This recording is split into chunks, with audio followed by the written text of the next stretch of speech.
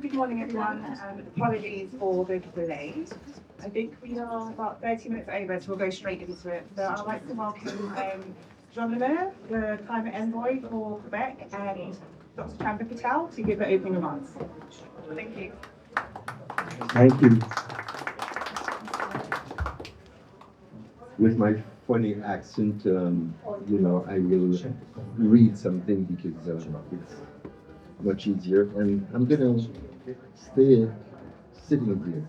So, well, first of all, really, it's a real privilege to be here in London, surrounded by people and friends who continue to show up, who continue to care, and continue to act. Because let's be honest, it's not an easy time, let's say, for climate action. We are living through a moment when facts are questioned, science is challenged, and disinformation spread faster than ever. And yet, when I look around this room, I do not see resignation. I see courage, I see commitment, and I see hope. Earlier this year in Rio, subnational governments from around the world shared a common lesson. People do not connect with climate action because of a graph or a target. They connect because they care about their children, their health, their homes, their communities, their future. And they act when they trust the people speaking to them. As government closest to citizens, we understand something fundamental, I think. Trust is not built through a press release. Trust is built conversation by conversation, community by community, and person by person. And without trust, even the best climate policies struggle to succeed. Science shows the path. Policy helps move forward. But trust is what gives people the confidence to walk that path together. That is why the fight against climate disinformation is about much more than correcting false information. It's about protecting something precious, our ability to work together, our ability to solve problems together, and our ability to believe that a better future is still possible. Because climate action has never been only about carbon. It's about people. It's about what kind of world we want to live behind. And despite all the challenges we face, I remain optimistic. Not because the road ahead is easy, of course not, but because room like this one continue to exist. Because people like you continue to show up. And because every time we come together, across sector, across border, and across differences, we prove that cooperation is stronger than division, that truth is stronger than disinformation, and that hope is much stronger than fear. Thank you.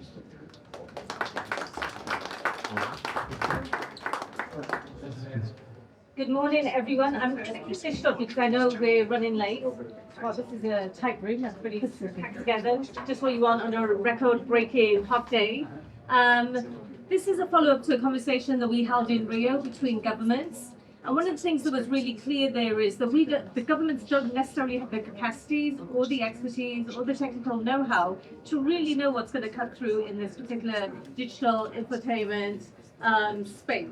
So what we wanted to do was bring the experts to this conversation, whether working on the communication side, the media side, polling experts, behavioral science.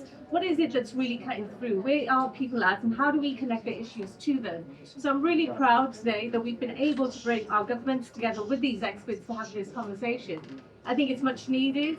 I hope you enjoy this beautiful venue. There's some fans. Hopefully nobody's going to collapse and die, but if there's one way to model why this conversation is important, it's to have this conversation in a very hot room with people uncomfortably close together and in business clothes. So without further ado, I'm going to hand over to the fifth panel. Thank you so much.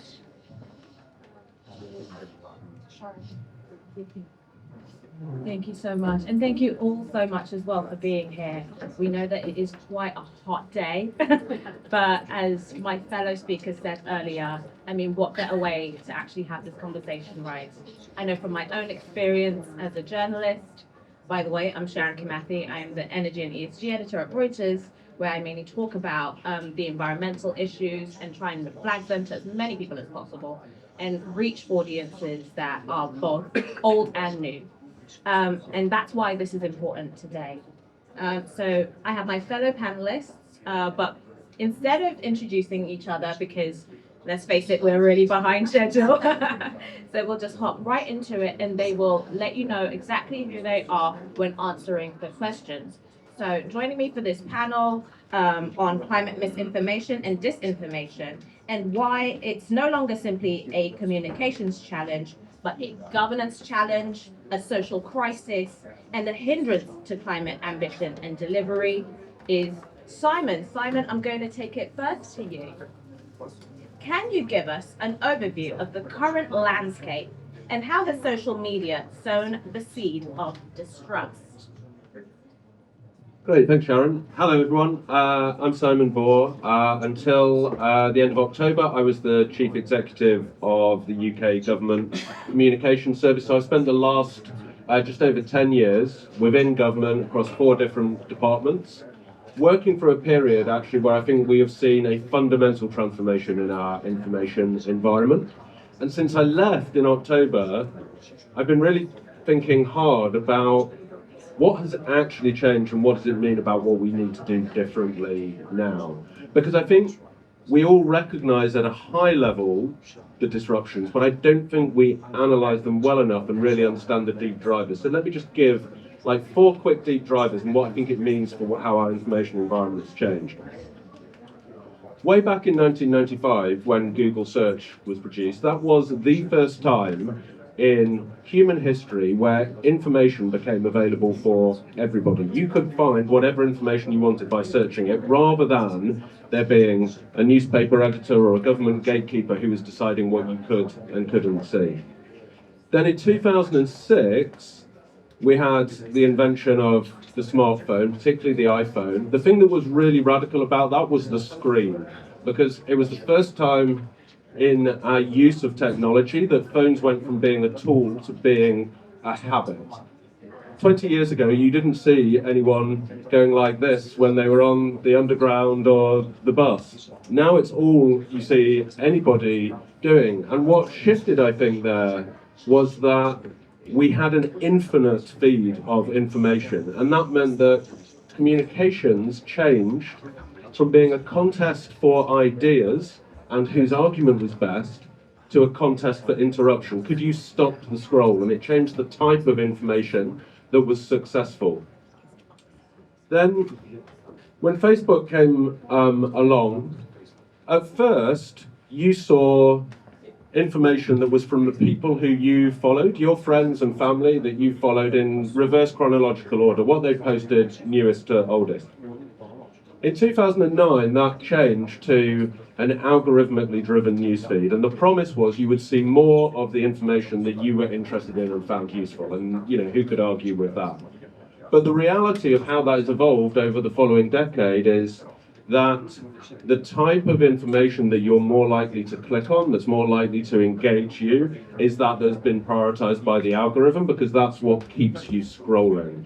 And the apotheosis of this, I think, was the new TikTok algorithm in 2018 that meant that your authority and your reach as an individual or an organization played almost no part in whether your message was shown to other people. It was brutal triage where whether someone stopped and paused or clicked or engaged on your content was what got taken forward, which suddenly meant that the climate skeptic had potentially more ability to reach people than the eminent climate scientist if they could produce content that got through that triage, and the type of content that got through was emotion and outrage and anger. And then finally, and most recently, we've had AI, which suddenly means not only can everyone find any content, but now everyone can distribute content and anyone can create content, and it's accelerating all of the trends that were brought about those three earlier changes. So what does that mean our new information environment looks like? First, it's more democratized, and in many ways that's a good thing, and we thought the early promise of that would be fantastic. You know, when the Arab Spring happened, we were cheering the fact that the traditional information gatekeepers wouldn't decide what was worth seeing and what wasn't. But it also means that authority has become scarce. You, as somebody who has spent years researching an issue, have no more authority in that communications marketplace than anyone else did. Whereas traditional media did have certain standards. If you were a conspiracy theorist or if you were a pseudoscientist, you didn't get published or you found it very difficult to do so.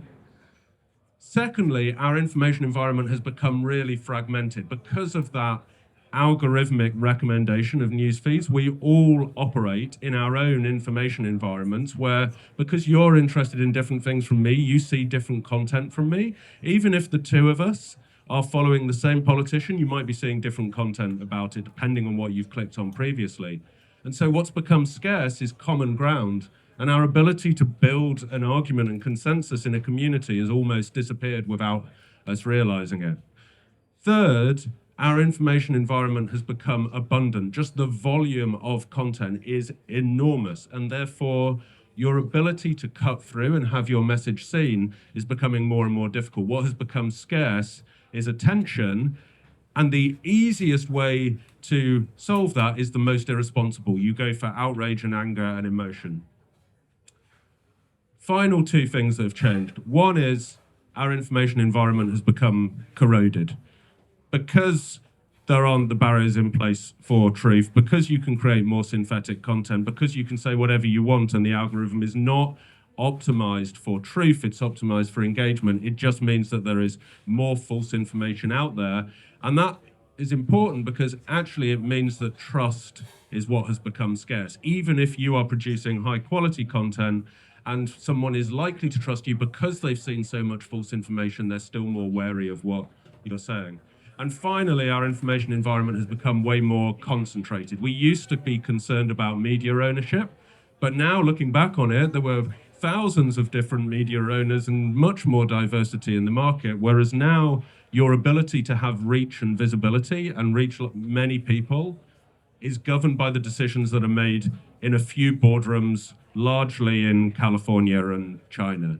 And you can have tens of thousands of followers, but a media owner, tech owner can change the algorithm overnight, and you might find the next day that you have almost zero visibility. So I'll stop there and come on to maybe some solutions later.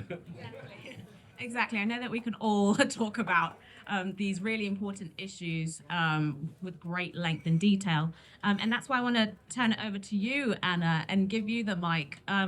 So first, please do introduce the audience to who you are and what you do, but also answer, how Simon's points about social media and how everyone is pretty much able to post whatever they want, what those consequences mean, and provide some examples as well. I know that you had some to share in Poland about some climate misinformation that actually led to a political leader having to step down. So please do share a bit more about that. With pleasure. Hello, everyone. My name is Anna Siwiorek. I represent Climate and Strategy Foundation from Poland, and I'm an expert in tackling climate and energy disinformation, focusing on Poland mostly, but also on EU as well. And having in mind this really complex and difficult and frightening information ecosystem that Simon just described, I would like to, and I cannot stress it enough, tell you that disinformation, climate and energy disinformation, and I would really recommend us to, from now on, talk about climate and energy disinformation, because these two topics are intertwined. That's one thing, but also that makes, like, putting energy next to climate makes climate more serious, I think, in mind of the broader audience. So I cannot stress it enough that this is not only national threat to security, but also it's like a security threat for the entire European Union. And from one perspective, looking in the east, it's we have Russia spending a lot of money, and I will tell you about that later on, preparing big campaigns on climate and energy.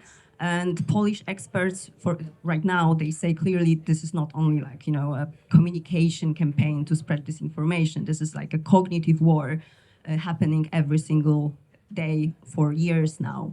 And on the other side, there is a lot of climate denialism and climate delay coming from the United States.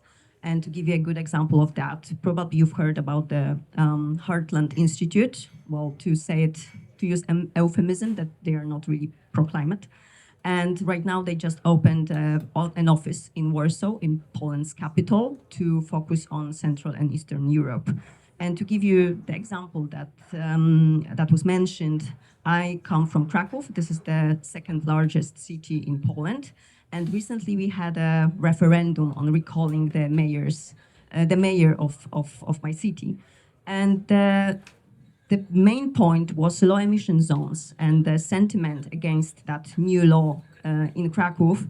And what's striking is that the tactics were actually recycled from London.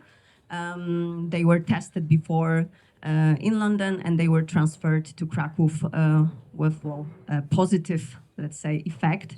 So, as you probably know, Londoners against ultra low emission zones are called the Blade Runners, and their tactics, their strategy was an inspiration for people in Kraków that were against low emission zones. This is like that was a freshly introduced policy in Kraków. There was even a Facebook group called the Blade Runners Low Emission Zone Kraków that was set up, and in just 2 weeks they gained 50,000 followers. And of course that group and all the related groups were full of disinformation campaigns, news about electric vehicles, emissions, and policy itself. And what happened? I mean, was the disinformation on low emission zones the only reason the mayor was recalled? No, but up to 40% of people voting against him said that was one of the primary reasons. And of course, there was like really, for months, really strong social campaign, full of emotions online. And actually it looked like really like a grassroots movement, but we know that it was properly crafted.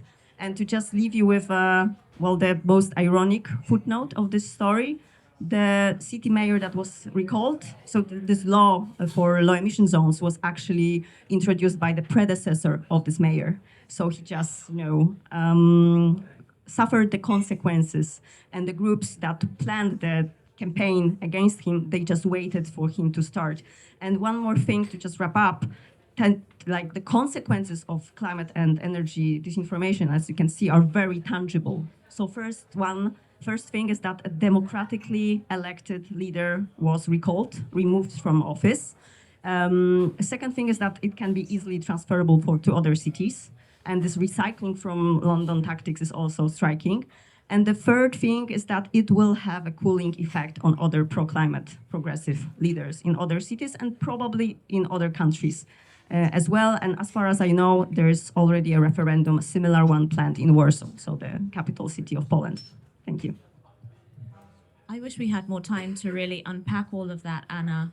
I really do, but I'll have to turn over to Alex in a moment to give us a bit of a pivot from another angle, and that's the advertising angle to all of this. How about that advertising landscape? Are there any examples that you have to share? And how is AI as well playing a role? Thanks so much. It might seem like a surprising entry point to this discussion to be talking about advertising, but I want to talk about its power, but also its potential. I'm the head of advocacy at the Conscious Advertising Network. My name's Alex. And we are a network of over 200 advertisers, agencies, and civil society organizations who are trying to make sure advertising works for everyone. And I really realized the sort of how advertising shapes reality when I was walking my 2-year-old back from nursery, and he pointed at a crumpled Red Bull can on the street and said, "Max Verstappen." So I think when we're looking at advertising and its power, we are aware of that, but advertising doesn't just sell things to us. It doesn't just sell products. It also funds our information ecosystem. It funds pluralistic media. It funds the tech platforms that Simon was talking about, and it funds those algorithms that decide what is going to go in front of us, and all too often decides that the things to put in front of us are those things that make us most angry, most outraged. We produced an issue brief with the United Nations earlier this year that looked at how information ecosystems are at a crisis point and how AI is intensifying this crisis. I wanted to just quickly talk a bit about how this works, or what's behind that. The digital advertising supply chain has really 3 critical characteristics. The first is attention, or the addiction economy. And that's basically the longer that you're looking at your phone, the more money that can be made from advertising, because every so few posts, there's another advertiser that turns up. The second is the scale of this.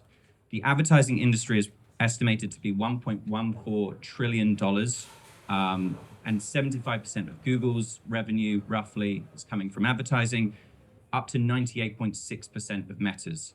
So this is the core business model behind the platforms.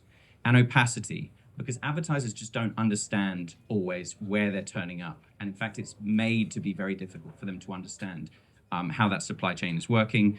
And that leaves plenty of opportunity for waste, for fraud, and for scams, which is how it is so easy for Meta to have 3.4% of their business revenue coming from scams, and how it is the case that advertising fraud is now the second biggest generator of funds for organized crime after the drugs trade. Great way to launder your money when there's such opacity in that system. All of these serve as incentives to maximize screen time, and to do that over guardrails and any sort of safety by design, because the algorithms that are looking at, they don't care if it's a cat video or if it's hate speech or climate disinformation. It's just about what keeps you hooked for the longest. I have many different examples of this over the years. If anyone is interested afterwards, I have screenshots here of adverts of Premier League football teams next to prompts to produce explicit images of people. I have images of the Belfast protests that were happening and looking at some absolutely horrific calls for violence based on racism with advertising next to it. From the Valencia floods, looking at accusing the government of underestimating or underrepresenting the fatalities that happened, or in the aftermath of the Rio Grande do Sul floods in 2023, and basically discrediting government agencies who were leading rescue efforts. So if anyone wants to have a look at those, you can see that visual prompt of actually how this is working. And AI is changing the speed and scale of the economics of this misinformation and disinformation. And advertising is coming to AI, whether we like it or not. And AI is coming for traditional media too. So that shift away from newspapers, from journalism, is being affected because of this shift to no-click internet, where you get everything that you need to have from that AI overview that's there, so you don't click through, you don't get that journalism that's there. The Daily Mail Group, for example, are reporting a decrease in traffic of 89%, and we're seeing that across the board. For governments, this is not a niche media issue. This is a governance issue. Without trust, it's really hard to build consensus. It's hard to respond in emergencies, in heat waves and others. And this information crisis is not separate from the climate crisis. It has to be built into a core part of your climate policy, because without it, there's going to be no consensus for action. Thank you so much for that, Alex. I want to take it back to Anna again for a moment, because we've spoken about social media's rise through Simon and Alex's AI example as well in advertising. I want to touch on the money and the funding element, especially from third parties. Who are behind funding some of these bad actors? And can we fight against disinformation and misinformation through early education? I'm thinking of the example that you gave with the kindergarten school teacher being the first port of call. So if you can elaborate there for the audience. So as you can imagine, there's like a plethora of bad actors spreading climate and energy disinformation, both offline and online. But just for a purpose of this discussion, I would like to focus on two, so state-oriented actors and this commercial interest, and Alex already mentioned some of that. And to give you a very vivid example, according to the recently leaked documents, Russia spends, and that's the strategic plan for 2026, so just 1 year, they spend around $2 billion. So it's roughly, if I count correctly, around $5 million or euro per day, each day this year, for spreading disinformation in the European Union. So imagine, try to visualize that. And on this commercial, from this commercial perspective, to just give you like a sneak peek, according to Climate Action Against Disinformation Network research, or let's say investigation, only during COP27 in 2022, so it's like, well, a couple of days, couple of weeks, fossil fuel industry spent around $4 million on ads only online to spread climate disinformation and greenwashing. So just for couple of days, couple of weeks, $4 million. And one thing I would like to mention as well is that I think last year there was a report by Transparency International EU checking lobby or like meetings of the European Union MPs with different representatives of different entities. And according to that analysis, 14 out of 20 organizations who held the most meetings were representing commercial interest. And 7 biggest fossil fuel industry organizations, they held in 1 year over 1,000 meetings with European Union representatives, the representatives of European Parliament. And one more thing, there is ENVI committee, so committee responsible for environment, for food security, and so on. And among their most frequent visitors were representatives, for example, from ExxonMobil, so like a big fossil industry representative. And coming back to education, well, I would like to go back to what I said in the beginning, in the previous question. Climate and energy disinformation is a serious threat because, it disrupts democratic processes, it creates chaos, it pushes us and it polarizes societies actually. And of course, there is a big need for systemic answer, and media literacy education on a systemic level is of course one of them, not the sole answer, but one of them. And a very good example comes from Finland. And they are really experienced in fighting climate and in fighting disinformation in general, because they introduced media literacy education for all age groups. And I love this perspective, they think that kindergarten teachers, they are the first line of defense, because basically they lay a lot of influence on like kids to build their resistance against disinformation before the algorithms will actually reach out to them. Yeah, I think that's, we've got one more question though for Gianluca before we wrap up. We'd like to bring him into the conversation, of course, and apologies for the delay there too. If it's okay to please introduce yourself to the audience, but also jumping off of Anna's point about public funding, can you explain how these practices, as she said, with school teachers or other sort of initiatives, how can they help give the right information to be effective in countering climate misinformation? Thank you very much for your invitation. I'm Gianluca Gurieri from Lombardy region. I'm the manager for quality and climate change, mitigation and adaptation. My English is not so good beyond the presentation, so I will take advantage of yes, the presence of the interpreter. Thank you very much.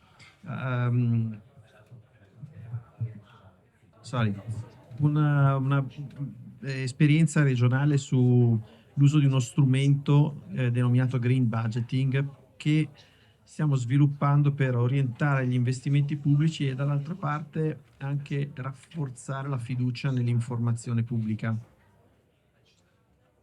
È uno strumento che abbiamo sviluppato con risorse europee e che ci aiuta a integrare gli obiettivi climatici all'interno degli strumenti di programmazione, delle scelte della politica.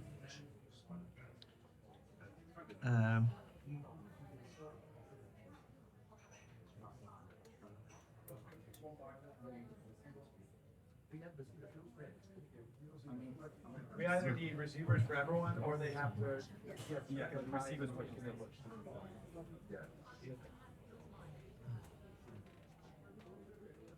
Quindi forse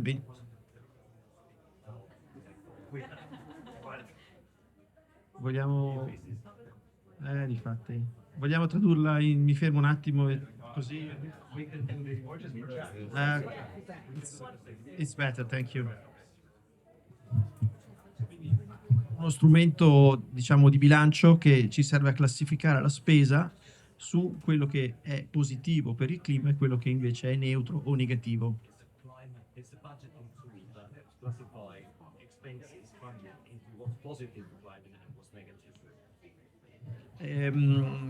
E questo strumento ci sta effettivamente nella parte sperimentale, pilota che abbiamo affrontato, ci sta aiutando a classificare le spese in termini di entrata e di uscite pubbliche sulle quali la parte politica può, diciamo, riflettere e assumere delle decisioni.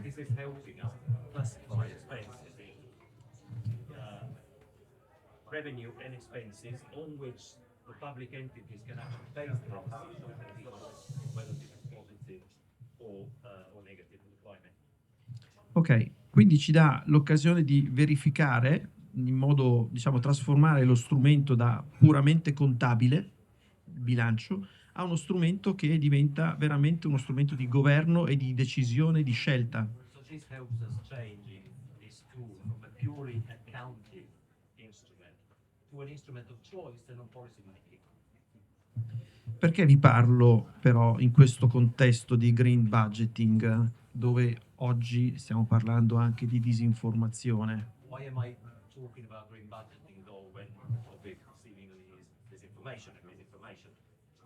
Perché questo strumento, oltre ad aiutarci a valutare le decisioni di spesa, di monitorare quello che sta accadendo realmente con il budget che abbiamo a disposizione, Because this instrument, apart from allowing to assess the spending decision and to monitor what the effect of those is, ci consente di dare trasparenza ai cittadini rispetto a quelle che sono veramente le spese pubbliche e superare quelle difficoltà che si hanno talvolta nel distinguere una comunicazione che dice abbiamo messo tante risorse per fare queste cose da una informazione vera sul merito di quello che si è riusciti a fare. this also helps give citizens full transparency on decisions, and it helps changing the narrative from information we give you, we did this because of that, to an actual view on why we did certain things,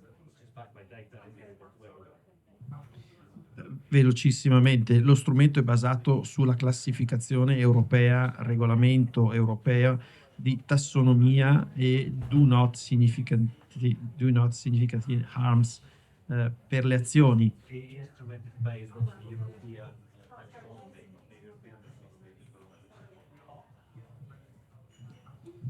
Fatto questo esperimento, poi concludo, abbiamo classificato una spesa di circa 100 milioni di euro analizzando oltre 60 decreti e abbiamo coinvolto oltre 80 dipendenti per fare questa analisi contabile, ma anche di pratica, di metodo, scusate, di qualitativa sul tipo di spesa realizzata. We identified an expense of 100 million. 100 milioni. 150 million, and with 80 staff, 80 employees, 80 staff, to be able to actually quantify the expense and see what the impact was.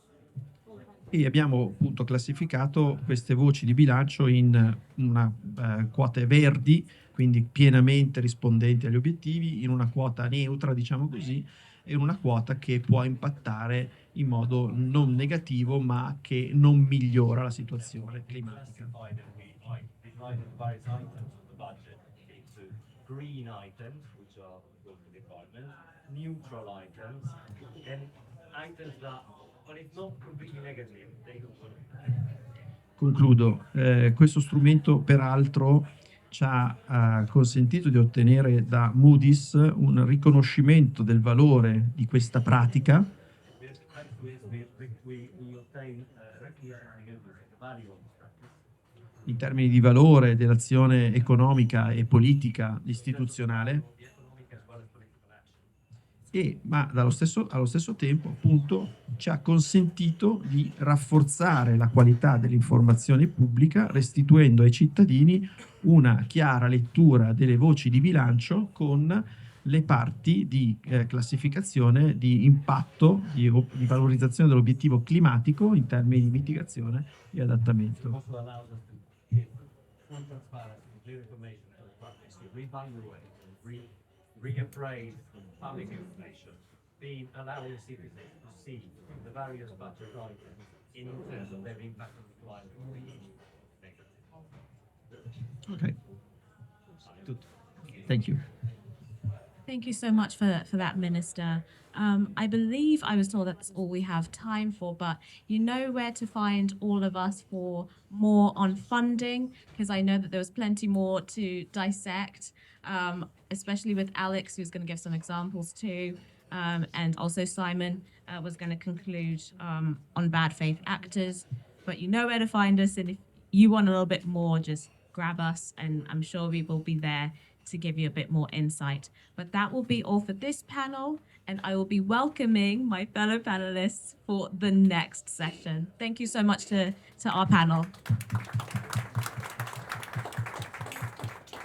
Right, I think we can make a start for the next session. Sorry to keep everyone up here in the sweltering heat. Typical London buildings, beautiful, but no aircon. If only. Exactly, climate change is very true, built to trap heat. Certainly not keep it out. All right. Thank you so much for sticking with us.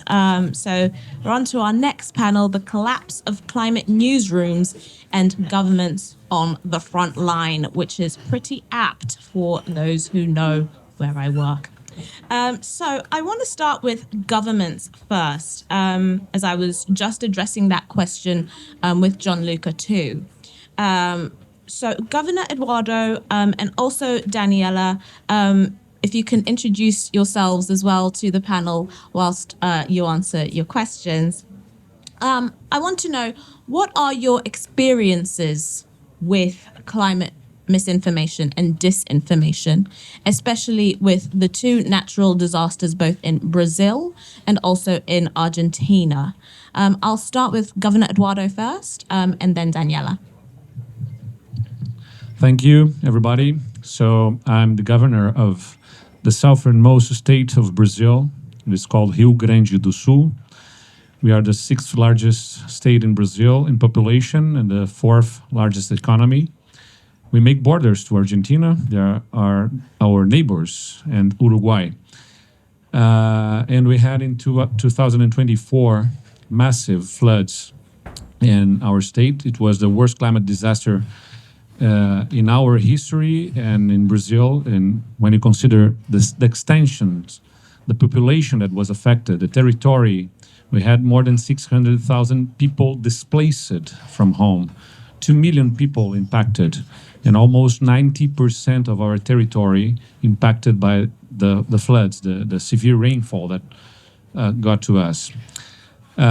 So we expected one thing to come from this disaster, that is the population to be more aware of climate change, and that happened. But something else happened too. The same flood that opened people's eyes also left them more exposed, more vulnerable to distortion, to fake news, to climate disinformation. So awareness and vulnerability rose together. And during the disaster, we saw something that was extraordinary: solidarity. We saw people helping people, in every way imaginable. And it was beautiful and it was real. But when the water goes down, we have to be honest about human nature.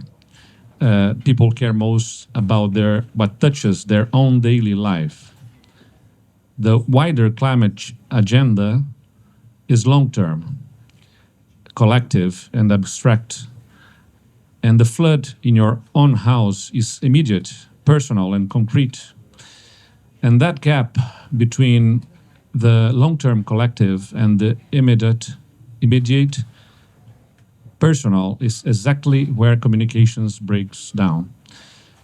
And as governments, when we communicate, we fight three currents at once. First, politics.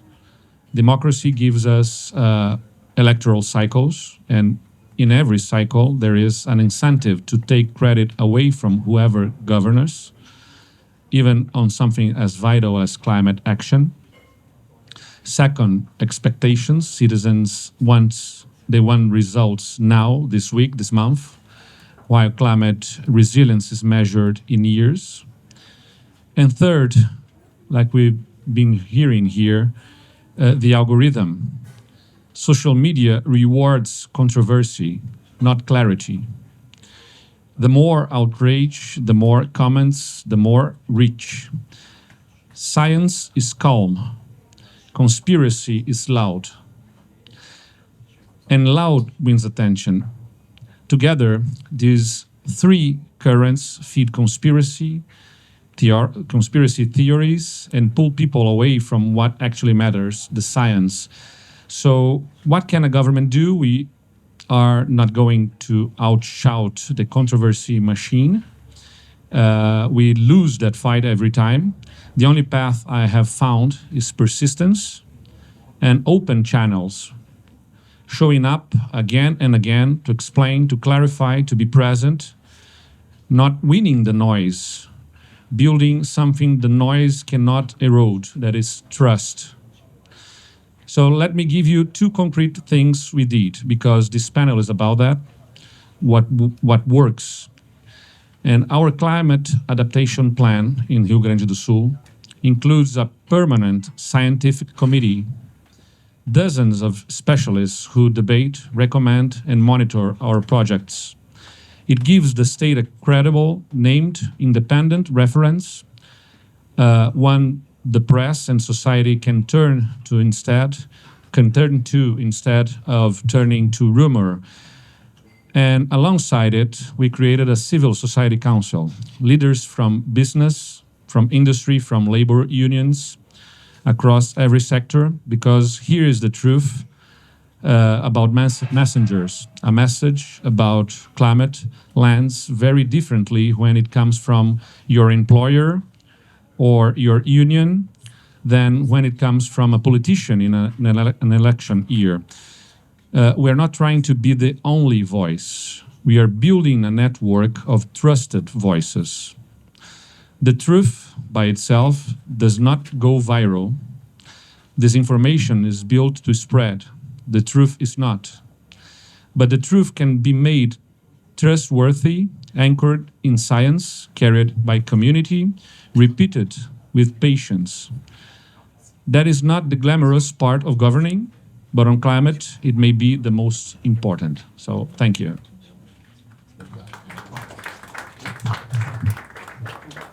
And Daniela, as well for you, how did you deal with those natural disasters, the wildfires and also the floods and fighting misinformation? Well, good morning, everyone. My name is Daniela. I'm the Minister of Environment of Buenos Aires province. In Argentina, and a federal government, my province is the most important in terms of size, population, economy, and political opposition to the national government. I would like to speak about the situation in my country and unfortunately in other countries in my region. Sorry if anyone has already heard me say the same thing, but the public is new, you know. In Argentina, today, denying the climate crisis has become a state policy. So disinformation comes from the high level.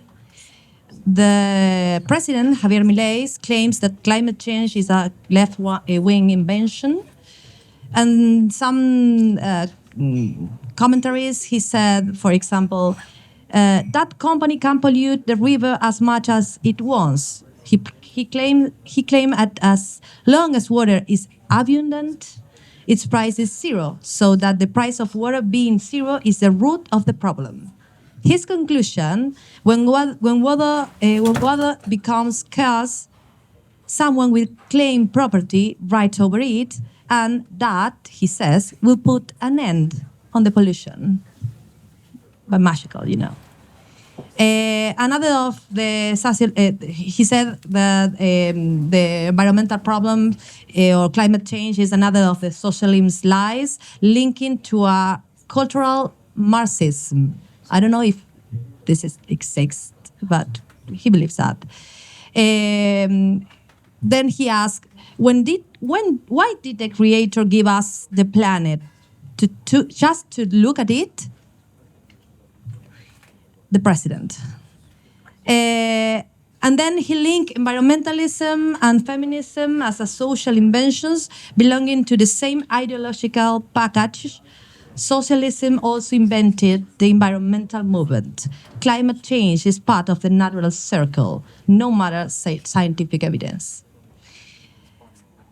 When he took office, because he didn't just talk, when he took office, he eliminated the National Ministry of Environment and he reduced by 80% the environmental budget. Then he abolished important environmental protection legislation like glacial law recently. And now at this moment in Argentina, he is attempting to abolish laws related to fire management, the conservation of native forests, and the sale of protected lands to foreign companies. All of this is happening while Cristina Fernández de Kirchner, the main leader of the opposition, is in prison. She is a victim of political persecution and she has been banned. But this is no coincidence. For new right-wing movements to flourish, democracy must be undermined and opposition must be silenced. This is not just an Argentinian problem. We know that more than 80% of climate change denial documents come from think tanks funded by the fossil fuel industry. Over decades, hundreds of millions of dollars have been used to build climate disinformation as a political business. But in this Latin American context, in Argentina, we are promoting grassroots environmentalism more than ever before. Our strategy of resistance is based on a new paradigm that we call popular environmentalism, ambientalismo popular. This is an environmentalism based on solidarity and the holistic protection of natural resources and communities. It recognizes that addressing environmental issues requires us to reconsider the production and development model, as well as the distribution of wealth. From Buenos Aires, in terms of, we believe in what we are doing and we are resistant, but we need to make sense, to build a big sense, because we need a new order. We need a new order. We cannot accept this kind of inequality, this kind of unfair world where we are living. So I want to share with you our position, our reality, but I want to build with you another reality. That is our proposition. That is our proposition. Very well said. Very well said. And I'm going to turn now to Marek, because we're in the news business, because that's part of it, as you mentioned, how to build on that, a new vision. And oftentimes that message comes from us, the media. So for a bit of context, climate newsrooms have been declining, especially over the last 2 years. Since a certain president came back into power, the dynamic shifted. CBS laid off most of their climate unit. Washington Post as well, earlier this year, 300 journalists were laid off, and part of that as well was their climate teams. So my question to you, Marek, now, as a leader in the space, is financial pressure the main challenge? Because some do say, well, we're facing a financial crisis, we have to look at where to cut. Or is it a shift in attitudes, having to ostensibly pander to some of these new audiences brought by a returning president? Thanks very much, Sharon. Thank you. Hello. So I'm Marek Pruszewicz. I'm a journalist.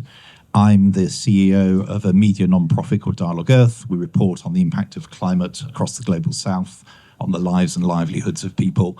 We have teams across South America, Sub-Saharan Africa, South Asia, East Asia, and a large and dedicated team that reports on China and China's influence.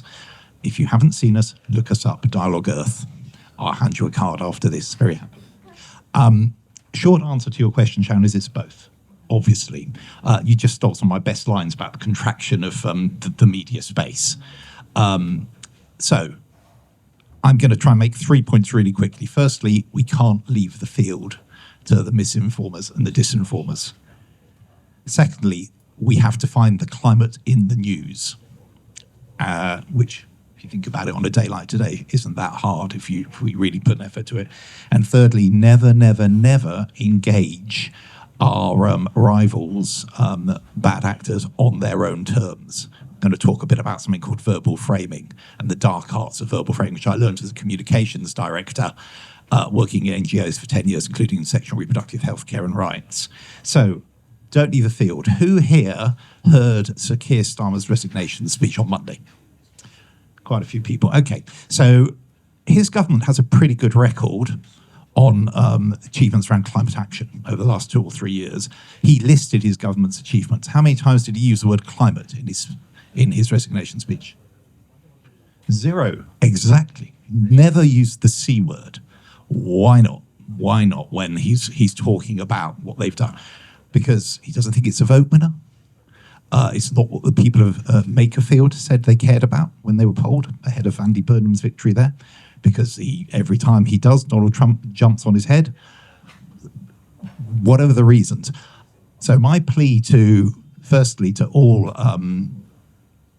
politicians, to all policymakers, don't stop talking about climate. One of the reasons there is less media coverage of climate is because people aren't talking about it, because leaders aren't talking about it. And if you don't talk about it, a lot of media newsrooms are set up to report the day's news agenda, and a lot of that news agenda is driven by politics. They report on what politicians do and say. I can't remember the last time Keir Starmer talked about climate change. So if you're in the business of politics and you're in the business of policy, you have to talk about it. You have to be brave enough to go out there and sell your message. Secondly, Sharon's absolutely right.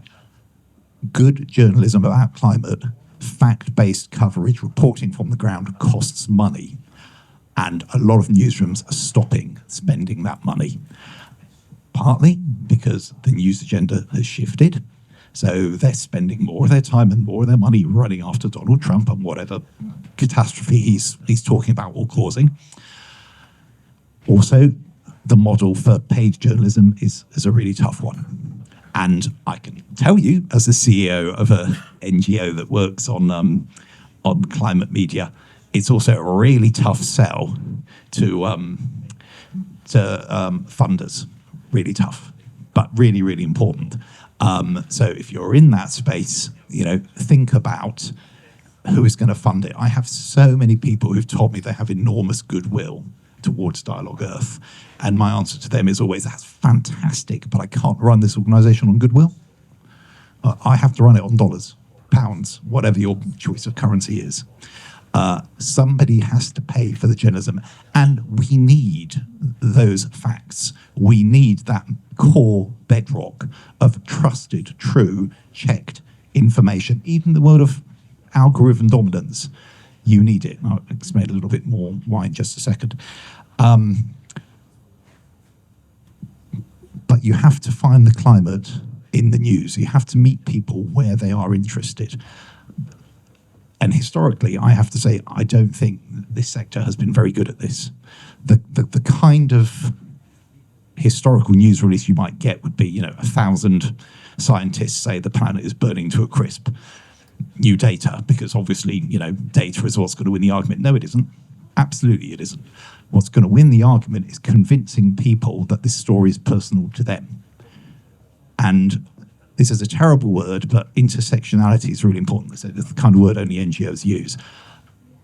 If you take a Venn diagram of news stories, news issues, climate's right in the middle of it. It overlaps with everything. It overlaps with health, with weather, obviously. It's overlapping with the World Cup.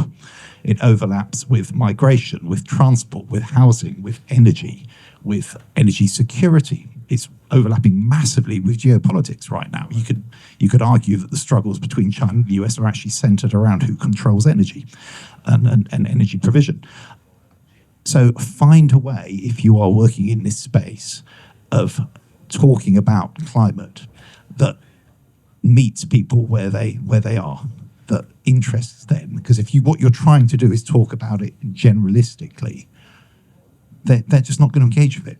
That has no relevance to their daily lives, their daily struggles of going to work, earning money. What does have relevance is, my kid's school is shut because it's really, really hot.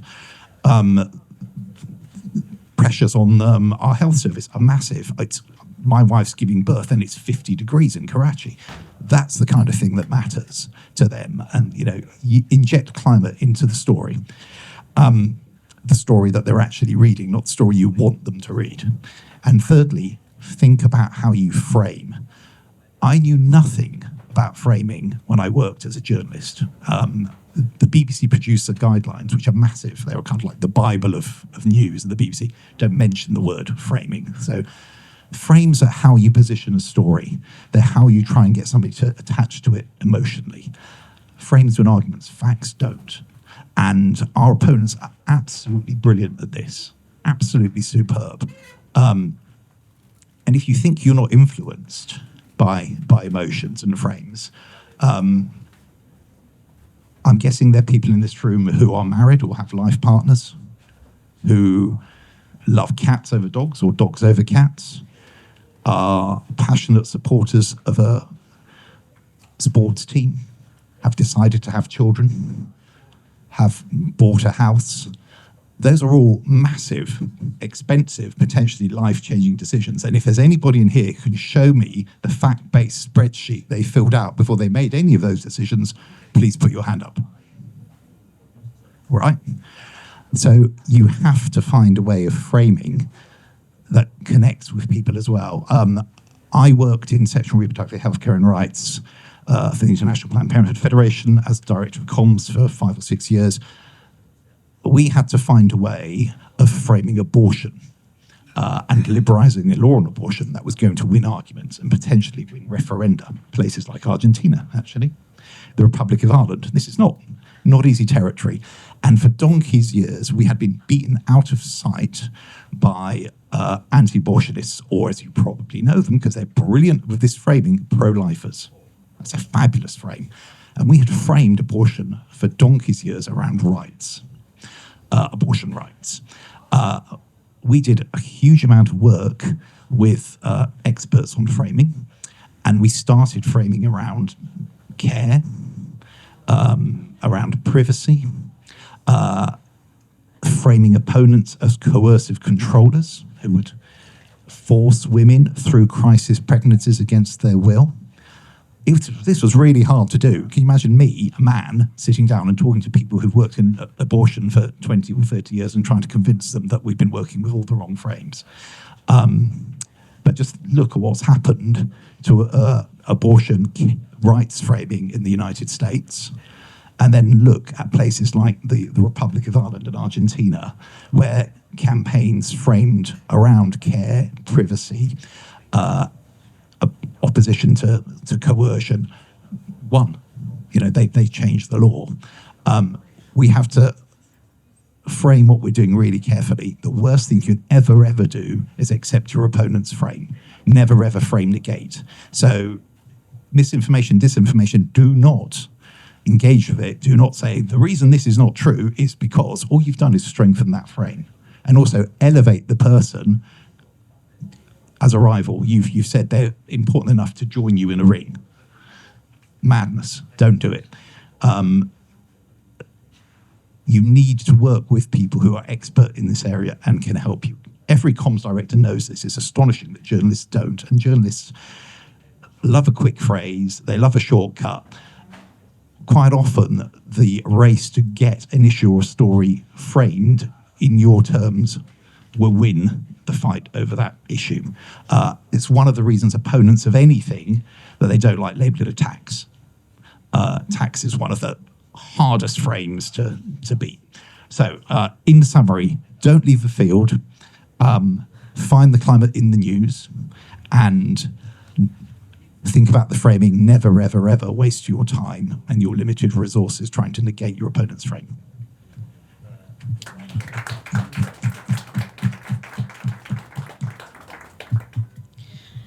I mean, that's a lot to take in, especially as someone who's in the industry as well. It's I guess a challenge as well for us as journalists to start thinking about framing. Although within our own industry, we have our own internal challenges, you know, because oftentimes it can come from top down about how to frame things. I'm sure we all know about different publications from around the world that have either a right-leaning or a left-leaning, very few left, to be honest. But that is the framing, you know, and they do win their audiences. You're right with that, you know. The Daily Mail has done a great job with their framing, you know. Even geniuses, I hate to say. Right, and I feel like oftentimes our opponents, if you will, have these catchy, like, you know, America great again? Exactly, make America great again. Take right? back control. There's a reason that, you know, these people have won. Stop the boats. Short, snappy phrases. Maybe that's a challenge for us as well. And within the government space too, is how can you take that, you know, and reframe? May I? Thank you.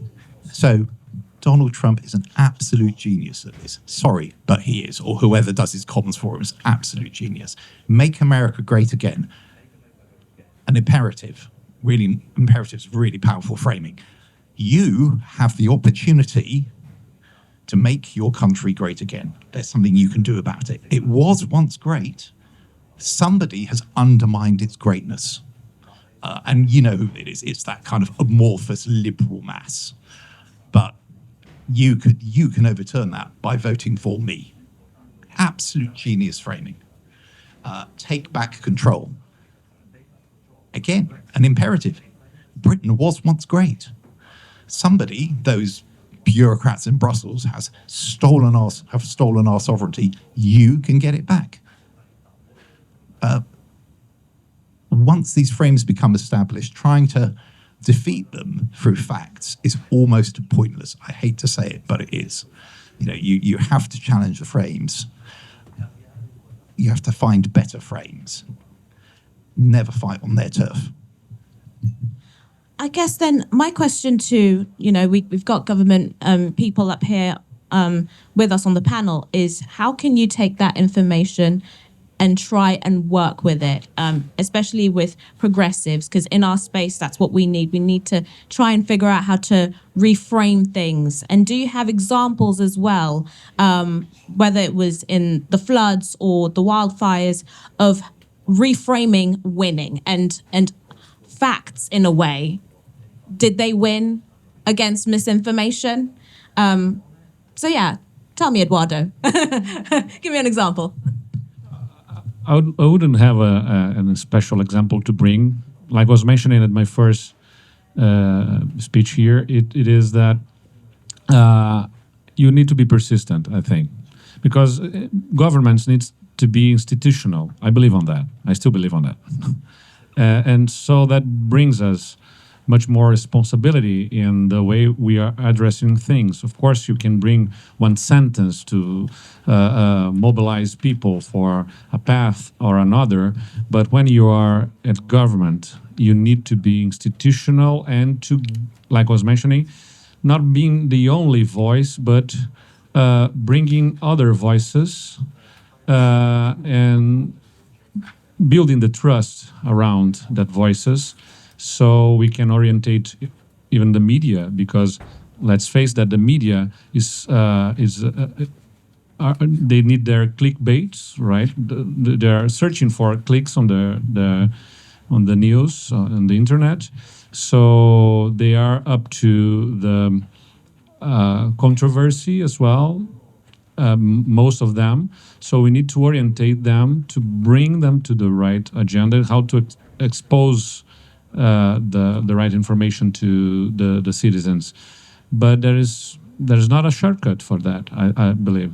I think we need to be persistent on science and to bring serenity, to make people to understand, like he was mentioning here, what impacts on their own lives. So reframing it, climate change and waves of the heat waves or the severe rainfalls, and bringing people to be aware of the impact that it has on their lives.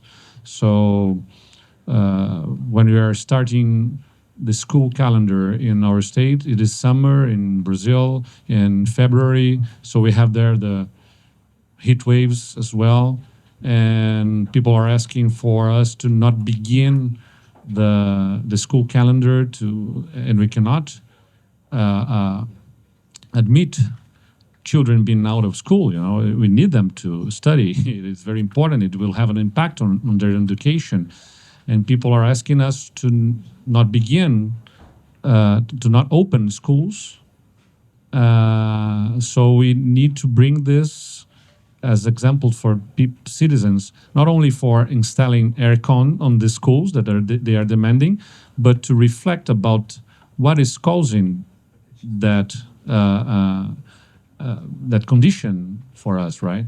Or when we lose our crops, our plantations in our state, in the last 6 years, we had to deal with the massive floods, like I mentioned.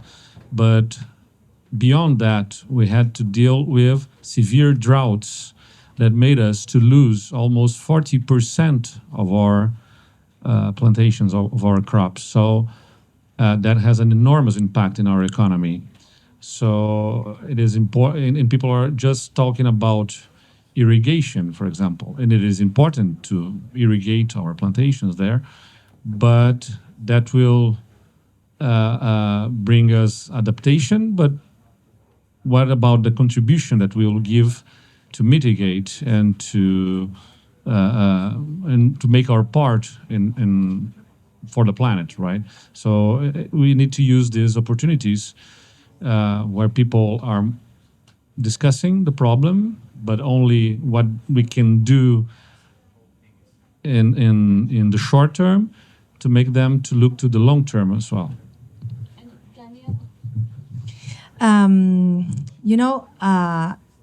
as I told you before, in Argentina, President has abolished an important law, a glacial law, and we have two cámaras, chambers, deputy and senate. So the law first stayed at the senate, and they decided to treat the law during summertime. So as an extraordinary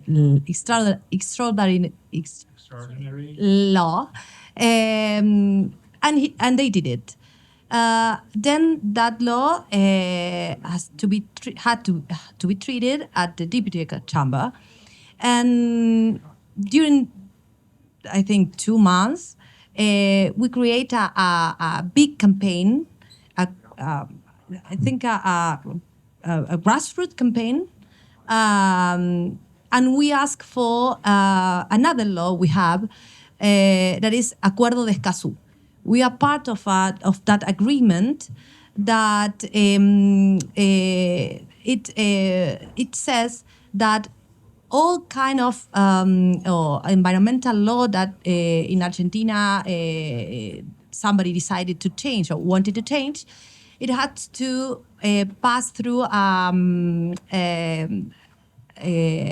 audience, a public audience, you know? And so we started to talk about not the glacier because it's on in not only all the territory of Argentina, but in some provinces. But we started to talk about the water, you know? We talk about the right of the water, the right to the water for all Argentinian people. So we create a big campaign in a month, and we pushed the government to call us a public audience. And during I think 2 weeks, people could anotarse, be part of the audience, and we arrived to the amount of 102,000 people in Argentina that wanted to participate in the audience. So when the day arrived, it was impossible for them to organize in a day this kind of audience. So we asked for more days to organize it, several weeks to do it, always talking about water. Even we recreate a big glacier at the main square in the Congress, in front of the Congress. And I think, sorry, the bad news, they got the law. They got it. We don't have any more glacier or something like this. But people started to think about the right of the water, and then the sovereignty. We are not talking about just natural resources that nobody can see. We are talking about the sovereignty of our country, of our real rights to be there, to build a family there, to have a future, the possibility to a future there. So I listen to you, and I agree, absolutely agree. We have the problem that our president, that he is the main denial of the climate change, and he has good friends. He is a good friend of Elon Musk, and he is a good friend of Donald Trump. So we have several problems there, because even Elon Musk made campaign against Evo Morales in Bolivia, and he write down on X or Twitter that they have to win in the way, not only by democracy, Bolivia, because there is the lithium. So the opposition of this kind of grassroots feelings that we are trying to build is the economical power of the world. It's not so easy, but I believe you will say I'm an optimistic South girl, not girl, lady. But yes, because if not, we don't have anything. If we don't believe the policymakers, if we don't believe that we can change things, we have to decide to do another thing. And if policymakers don't believe that we could do it together, even with the problem of the idiomatics and sorry, I'm doing my best with the English. Well, so I have to stay at home and try to raise a family, but if we don't believe in a future, we cannot build a present, you know. But the future is not individual. The future should be collective, should be communitary. So that's our opinion. Thank you so much, Daniela. That's very well put. Will be joining us shortly. My name is Evan Westrup. I'm the communications director for the U.S. Climate Alliance. We are a coalition of 24 U.S. governors, all committed to climate action. Yes, climate action is continuing in the United States, despite what you may hear. We're joined this week on the ground by a quarter of our coalition. So if you're doubting the commitment in America, look to the states. We've got, again, 6 states on the ground representing our coalition this week, including Secretary Crowfoot here representing California. So pleased to be here on their behalf as well. Prior to this role, I worked in California state government, was communications director and press secretary for a governor for many years. And in that time, we helped stand up the Under2 Coalition. And when we did that, the focus was on deep policy collaboration. It was sort of policy-led, which is right. But today, I think what's fascinating and really the natural evolution of, I think, Under2's role is to broaden that conversation. It shouldn't just be about policy. It should also be about how we're communicating about that policy. Of course, that is ultimately what helps ensure it's effective and impactful and ultimately in place. So excited to continue that conversation. Many of us had this, began this conversation in Rio, in Brazil. And so today is a chance to dive a little bit deeper. And I'm excited in particular about this panel of heavy hitters.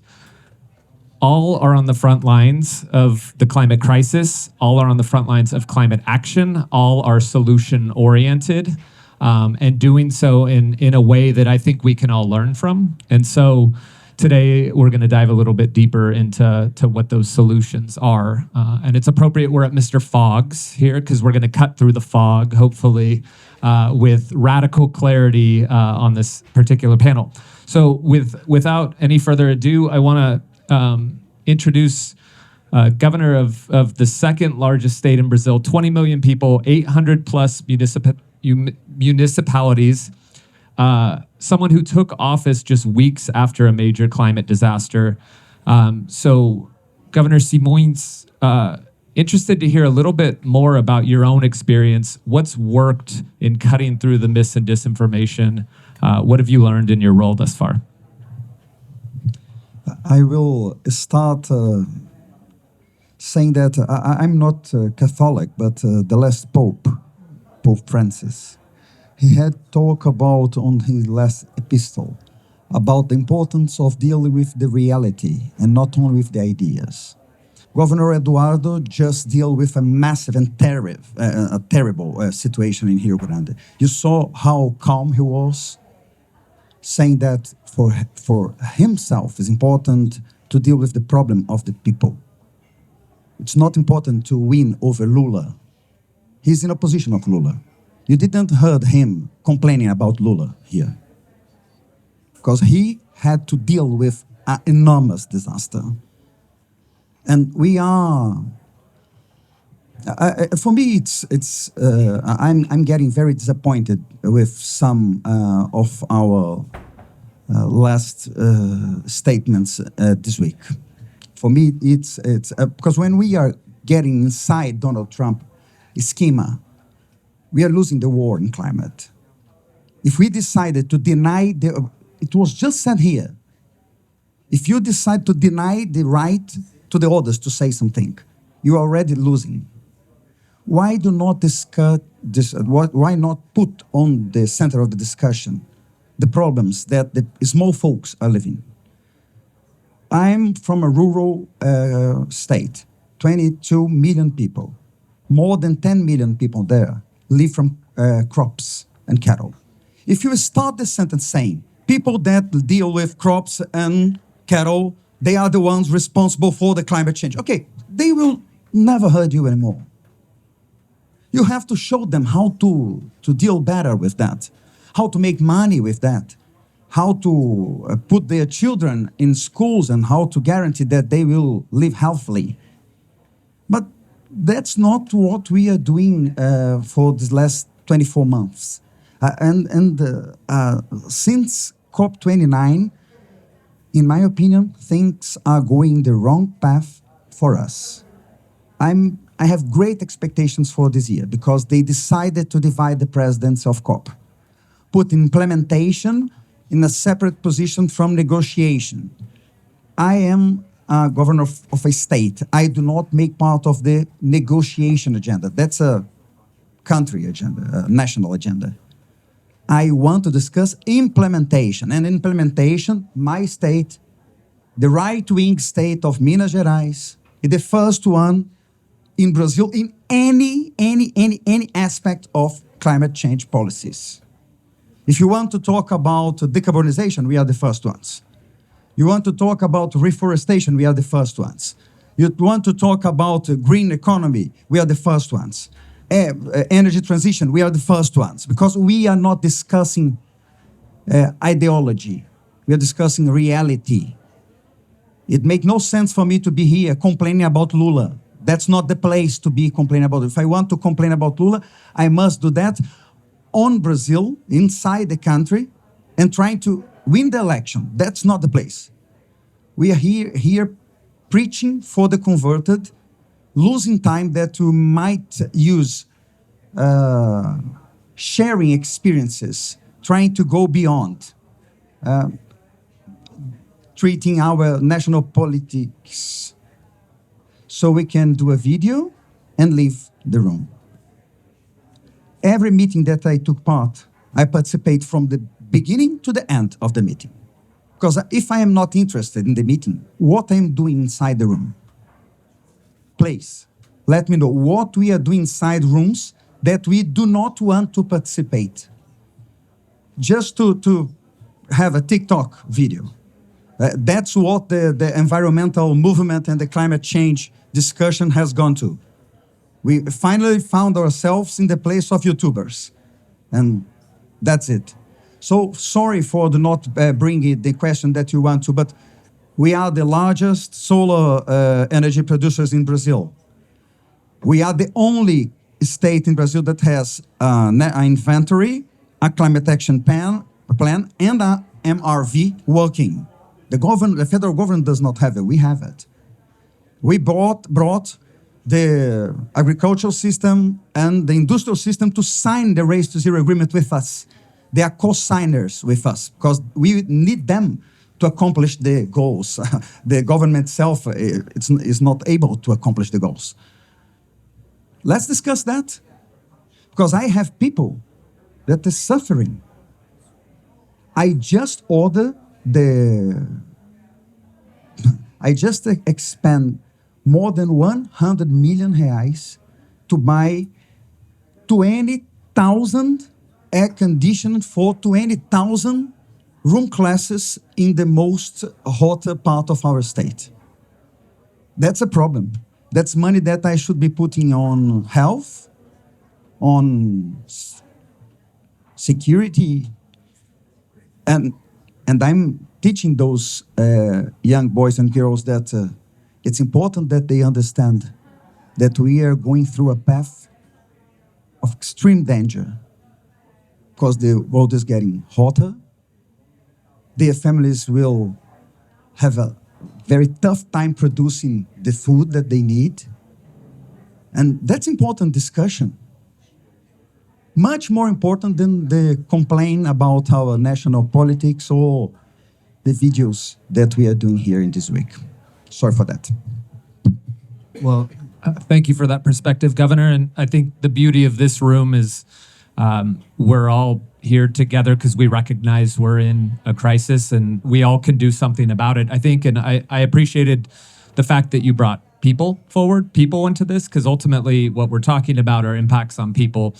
And I thought actually the mayor of London in his remarks yesterday were absolutely people-centered. And that's what we need to continue to do, I think, when we are talking about climate action and climate change. And I think next up, we've got Secretary Crowfoot from California. And again, California has been very much on the front lines of the climate crisis, particularly with the fires, but California has also been leading in solutions. And want to hear a little bit more, Secretary Crowfoot, about how you're cutting through the mis and disinformation, how you're communicating effectively, credibly, and from a place of trust. Yeah, well, thank you. First of all, I want to definitely agree with the governor that we need to build a bigger tent on this effort. And farmers need to see themselves in this, ranchers, firefighters, which I'll talk about in a little bit, business people. I mean, everyone, we need to meet people where they're at. And I do agree that historically, sometimes the environmental movement isolates itself and almost adopts a scolding mentality that alienates groups. And so part of what we need, part of the communications is helping people understand why this is an important issue to them, either because they're sending kids to a school that's too hot, or maybe there's a program that they can take advantage of that brings revenue into their agricultural operation. And so I do think, this is a little bit of preaching to the converted, but we all have to be ready to talk about this in ways that people that don't know or care about climate change can actually understand and appreciate. So that's probably number one. Number two, I'll say is we do need to be where people are at, and we need to recognize that the ground has shifted on how people consume their information. I've been in government for a long time, and it used to be standard that when we did something, we issued a press release, and we called reporters who reported on that press release. I can tell you, we're doing a lot of interesting things in London this week. No media, no paid media outlet will report on what we're doing here because we're not making news or we're not of interest. So unless we're doing it on Instagram and TikTok and Facebook and LinkedIn, all who have different audiences, sometimes it's a tree falling in the forest. So that's another thing I'll say. On these issues, though, the worst spokespeople, if I'm being honest, are agency secretaries like me. Like, I'll do my best to talk about this, but regular people don't want to hear from somebody in a government that they don't fully understand. So in California, we talk about wildfire and the threats that are driven by climate change, and the people doing the talking are firefighters. Because as it turns out, people trust firefighters. Firefighters are heroes. Firefighters, exactly. They go to the fire when we run away. And so now if you visited CAL FIRE, which is our fire agency, they're on each of those platforms. And they're not doing a written press release. They have firefighters out in a compelling environment talking about this. And not to engage in politics, but to explain the threat and what they can do. So I think that's really important. I will say, just because to keep it honest and provocative, part of the challenge is we are dealing with now this climate where we have leaders who completely disagree with the premise and are trying to argue against the threat and any action. And so we find ourselves in a difficult position because there's different ideological approaches. But in most parts of the world, we at least recognize that this is a challenge we face. So there might be a bunch of different ways to address this. But now that very challenge is being threatened. And I worry about if we let it go unanswered, then it just gains momentum. And I hate to say it, but where we've broken through most directly is when we directly confront that. The problem is it kind of creates this cycle of more rage and more argument and more criticism. But I can tell you that it gains traction. And there are a whole bunch of people in different parts of the world, certainly in our country, who are waiting for somebody to stand up and fight. So I'm challenged because I too was moved by I was moved by your comments, but also the governor of Rio del Sur, who is sitting in this chair, because he was saying at the end of the day, government has to rise above it. They have to be the patient trust builders, trust maintainers, and there is a role for that. But we also have to figure out how to be more aggressive to confront the specific misinformation. And it's probably not politicians doing it. Thank you, Secretary Crowfoot. We're going to turn back over to Simon, who I know joined us a little bit earlier. And Simon, I think all of us in this room, you had one of those jobs. I think everyone should have someone in their life that they can identify with that's having a worse day or has a much worse job. Perhaps more things are happening, more crises. Simon is one of these folks, I think, for me now, thinking about his previous role. And so would love to hear more about, Secretary Crowfoot talked about building that trust and credibility and how that runs through government, and would be keen to hear a little bit more about your experience in building that trust. Great. Well, look, one of the worst bits of the job was that we had I was on the executive committee for the Cabinet Office in number 10 Downing Street. And like any good organization, we had a risk register with risk owners, and you had to mitigate the risks. And the risk that was next to my name was public trust in government. I always felt that was slightly unfair.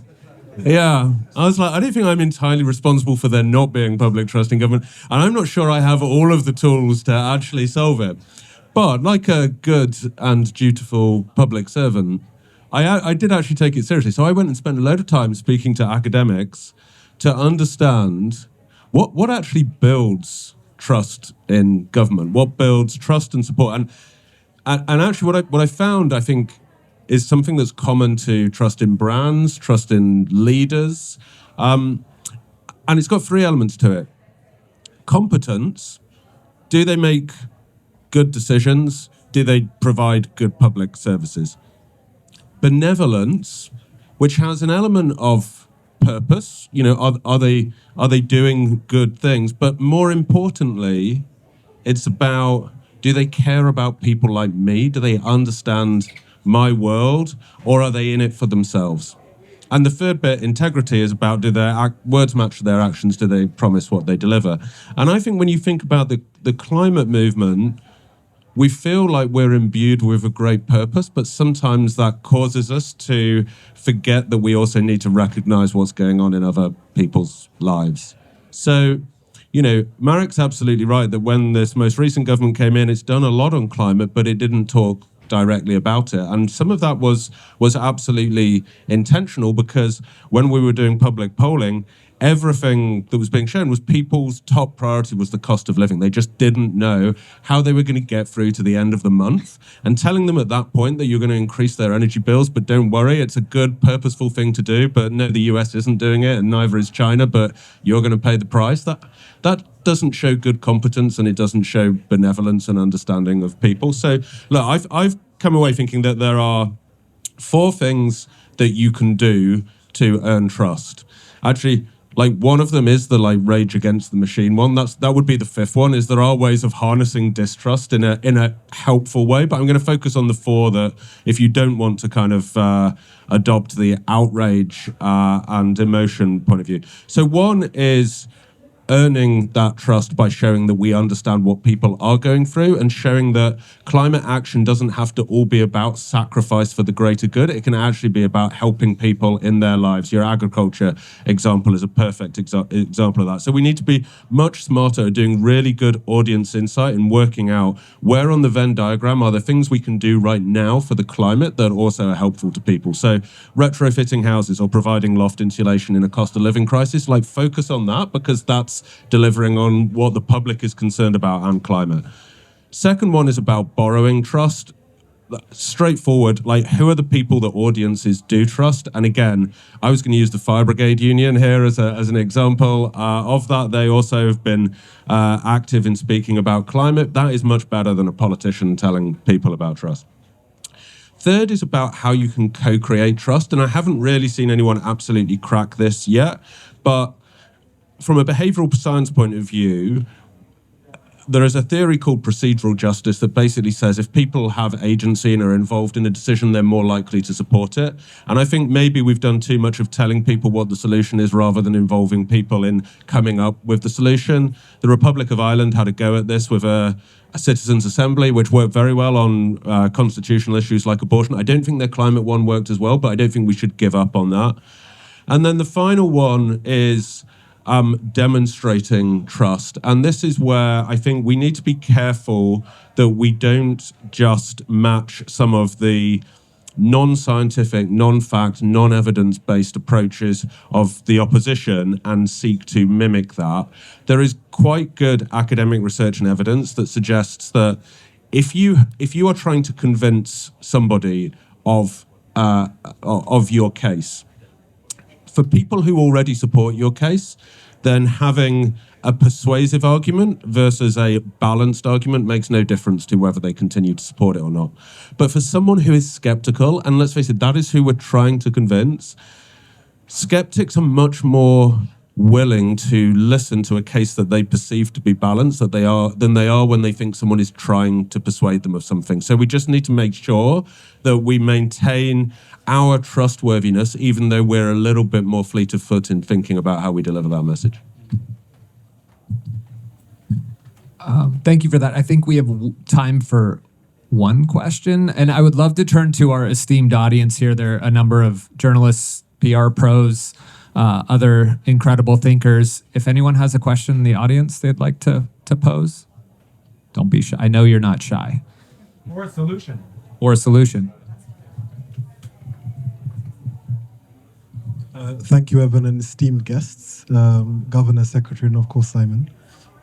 Maybe to pick up on something that Governor Simoes said, what do you think is the journey that governments need to be brought on around moving away from an ideological position on climate to it being more of a functional conversation? I think in America, you have a number of governors from the Republican Party who are still invested in climate and climate mitigation. So a question for you in that sense, and Simon, of course, as a civil servant, you work across agnostically. So it's more, how would you suggest that conversation moves forward for it to no longer be the ideological issue the governor said? I think that we have some bad news that we can convert in good news. It's not about the theorization anymore. We are here feeling the climate change problems right now. So when you come from the problem towards a solution, saying that, see this, we can do that, and that's because we haven't done that. It's easier for the small folk to understand. And that's why I think that you have to be a little agnostic when we are talking about solutions that governments are supposed to put on. Of course, when you got to election, that's go fight. That's not a problem. It's part of the democratic process. But when you are in office, for me, it's important that you deal with the problem and not about the theorization over the problem. And be transparent. One of the marks of our government is that we came from we are 24 states in Brazil. We used to be 26, sorry. We used to be the 24th state in transparency. Now we are the first one in transparency. Because somehow, even if they do not like government, they start to believe in government because, okay, at least they are being transparent. They are showing the problem, saying, I can. One example, and I finish, I rest my case here.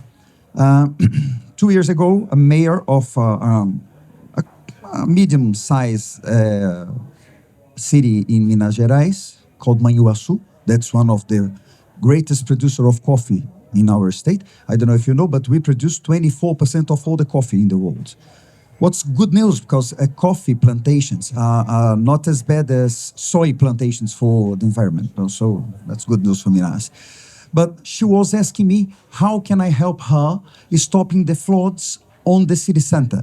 And I said to her, okay, first, we'll have to demolish something around 1,000 homes that you allowed to be built just side by side the river. And she said, okay, that's not possible. Okay, so don't ask for my help. That's the first thing that we have to do. There's a lot of other stuff that we'll have to do before that, but that's the first one. People cannot live there. You know what? Somehow they are starting to move out because that was a public discussion. And people start to get, so it's impossible to be here. Yeah, it's impossible. I will not give you money to rebuild a house where I know that in 2 years the water will again take your house.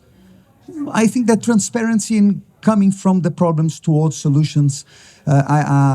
Yesterday, someone used a very nice term in the middle of a presentation, saying, I think that was that mayor from Ukraine, that he does not want to build back better. He wants to build forward better. Okay, then let's try to build forward better from the real problems. Yeah, I agree with so much you just said. I'll also say, this week is about recognizing the challenges, but let's also recognize we made tremendous progress. I mean, 10 years ago, virtually every government in the world came together in Paris and decided to take collective action on a problem that our governor in the last panel described as long-term, collective, and conceptual. That's amazing. But I do think the challenge is that I think maybe as governments or governmental leaders, we got a little ahead of our populace. And in making that commitment, we challenged a lot of the established interests and structure, of our economy. And of course, there's going to be conflict and setback. But in part, maybe if I'm being, just critical of our own country, we didn't bring enough people and sectors on to understand how they benefit. So then it creates a situation that's ripe for conflict and even misinformation.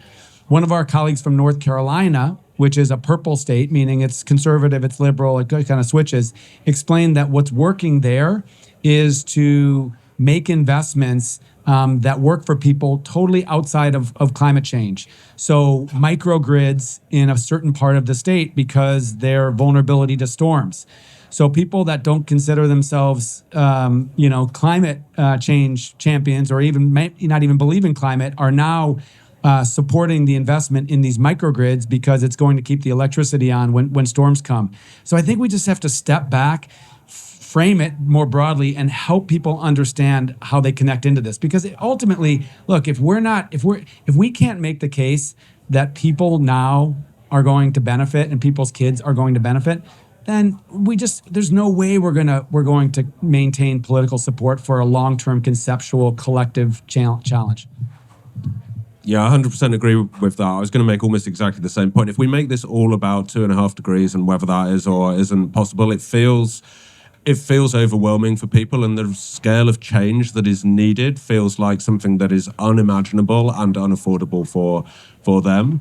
Whereas if we just do this in small steps where we make changes all the time that support on the transition and show that climate solutions can actually be positive in a whole variety of different ways, I think that's what starts to build confidence. Because I think in the UK, we actually have fewer climate deniers now. What I would say is we have quite a lot of climate solution deniers. They say the solutions are too expensive or they're too difficult or they can't be done. And I think we need to show that actually there are steps that you can take that might not solve the whole problem, but they have all sorts of benefits, not just on the climate.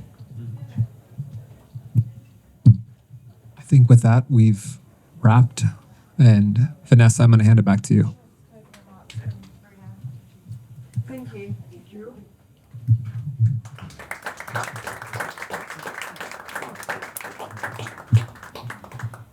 So just to close us off, if I may, I'm Bruna Cerqueira. I am the COP30 director for the Action Agenda.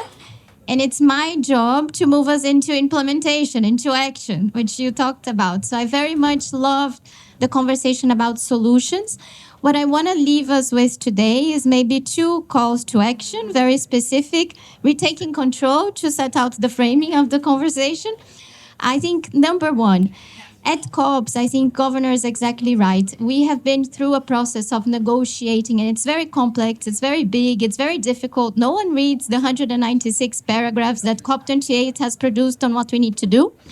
So we have at COP30 tried to simplify that into a structure of what is called the action agenda. So the space where we have the subnational governments, the private sector, the countries, and civil society collaborating for implementation, which now I hope everyone can understand. So it's areas like energy industry, transport, like nature, forest, biodiversity, like agriculture and food system, cities, infrastructure, human and social development. So that's about health, that's about culture, and a cross-cutting area about finance, technology, and capacity building. With that, what we have done was mapping out all of the great coalitions that were launched over the last 10 years and brought them together to say what solutions they're putting forward to advance on all of those areas. We have gotten to coalitions now working together, so countries, subnationals, private sector, around what are now 120 plans to accelerate solutions. There are plans on fire, there are plans on regenerative agriculture, there are plans on drought and how to handle that. So my first call to action to you is learn about those plans and actually engage with them. I think the idea is that if we're consistent over time, we're learning from it. So it's not just finger pointing, it's actually learning from the process. My second call to action is that one of those plans to accelerate solution is exactly about information integrity. This is something that came from a Brazilian G20 initiative on information integrity, which at COP30 became an initiative about information integrity on climate change. It already brings together a number of partners. So this is jointly hosted with UNESCO and the UN, but also the colleagues from the Conscious Advertising Network that were here are already a part of that plan. And it's looking at actions that we can take over time to make a change in that. I'm sure we're still a very long way of where we need to go.